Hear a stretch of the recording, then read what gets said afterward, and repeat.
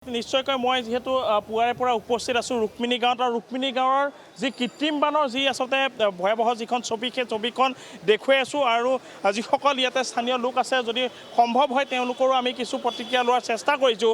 মই এটা পৰিৱেশ প্ৰথমে দেখাব লৈছোঁ যে এই যিখন অভাৰব্ৰিজ আছে অভাৰব্ৰিজৰ তলত যিমান দুচকীয়া চাৰিচকীয়া বাহন দেখিছে ইয়াৰে অধিকাংশ বাহনেই কালি নিশাৰ ভাগত বিকল হৈ পৰা বাহন আৰু এই বাহনসমূহ এনেধৰণেই এৰি থৈ যাবলগীয়া হৈছে। যিসকল বাহনৰ যিসকল মালিক আছে সেই এনেধৰণে তেওঁলোকে বাহনৰ চালকসকলে এৰি থৈ যাবলগীয়া হৈছে বাহনসমূহ, কিয়নো অধিকাংশ যি বাহন আছে সেই বাহনসমূহে কিন্তু বিকল হৈ পৰিলে। কালি যি মুষলধাৰ বৰষুণ আহিছিল মুষলধাৰ বৰষুণৰ ফলত গুৱাহাটীত সৃষ্টি হোৱা যি ধৰণৰ কৃত্ৰিম বানৰ পৰিৱেশ বা কৃত্ৰিম বানৰ যিটো পৰিৱেশ হৈছিল তাৰ ফলতেই এনেধৰণে আচলতে এক পৰিৱেশৰ সূচনা হ'ল। আমি যিখিনি পৰিৱেশ সেই পৰিৱেশখিনি দেখুৱাম। সহযোগী মৃন্ময় শৰ্মা আছে যে কেনেধৰণৰ বৰ্তমানো পৰিৱেশ হৈ আছে।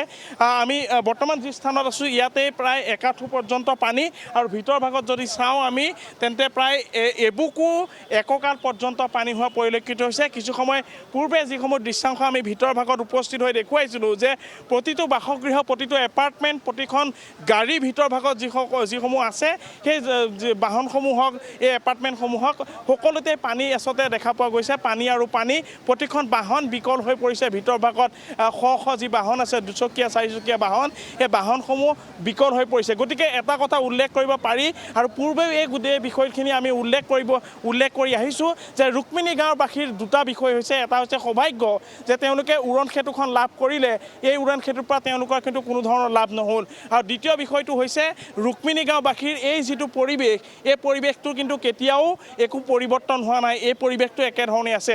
উৰণ সেতু নিৰ্মাণ হৈছে ইয়াতে যিসকল ৰজা মহাৰাজা আছে যিসকল বৰমূৰীয়া আছে তেওঁলোকে এই কৃত্ৰিম বানৰ কবলত নপৰাকৈ ওপৰৰ ফালে তেওঁলোক গুচি যাব পৰা এক ব্যৱস্থা গঢ়ি তোলা হৈছে, এক উৰণ সেতু নিৰ্মাণ কৰা হৈছে। কিন্তু ৰুক্মিণী গাঁওবাসীৰ যি ধৰণৰ পৰিৱেশ যি ধৰণে তেওঁলোকে ট্ৰেজেডিৰ মাজেৰে যি ধৰণৰ তেওঁলোকে দুৰ্ভোগ ভুগি আহিছিল এই একে পৰিৱেশ দেখা পোৱা গৈছে। এতিয়াও এজাক বৰষুণ আহিছিল বৃহস্পতিবাৰে বিয়লি ভাগত আৰু তাৰ পাছত এই ধৰণৰ পৰিৱেশৰ সূচনা হৈছে ৰুক্মিণী গাঁৱত। কোনো ধৰণৰ যিসকল বাসিন্দা আছে সেই বাসিন্দাসকল ওলাই আহিব পৰা নাই।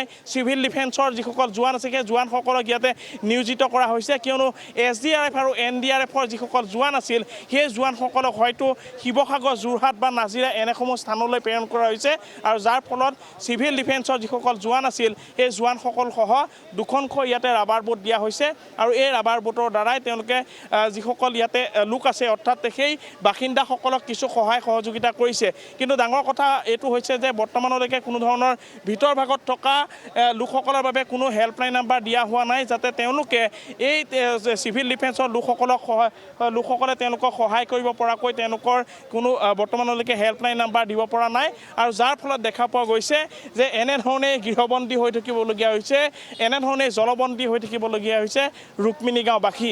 গতিকে যিসকলে পাৰিছে তেওঁলোকে চিভিল ডিফেন্সৰ বাহন অৰ্থাৎ ৰাবাৰ বোটত গৈ তেওঁলোকে ভিতৰ ভাগৰ পৰা মেডিচিন লৈ আহিছে, কিয়নো কালিৰ নিশাৰ ভাগত যি ধৰণৰ পৰিৱেশ সেই পৰিৱেশৰ ফলত অধিকাংশ যি ৰুক্মিণী গাঁৱত বাস কৰা বাসিন্দা আছিল সেই বাসিন্দাসকল তেওঁলোকৰ ঘৰলৈ যোৱা কোনো ধৰণৰ সম্ভৱ নহ'ল।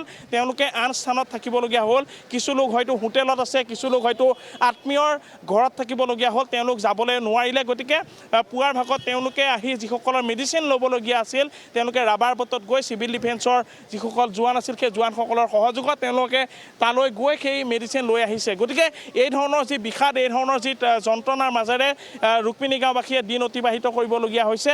অৰ্থাৎ যি তেওঁলোকৰ কৃত্ৰিম বান সেই কৃত্ৰিম বানৰ যি আচলতে ভয়াৱহতা সেই ভয়াৱহতা কিন্তু কোনো ধৰণৰ পৰিৱৰ্তন নঘটিল।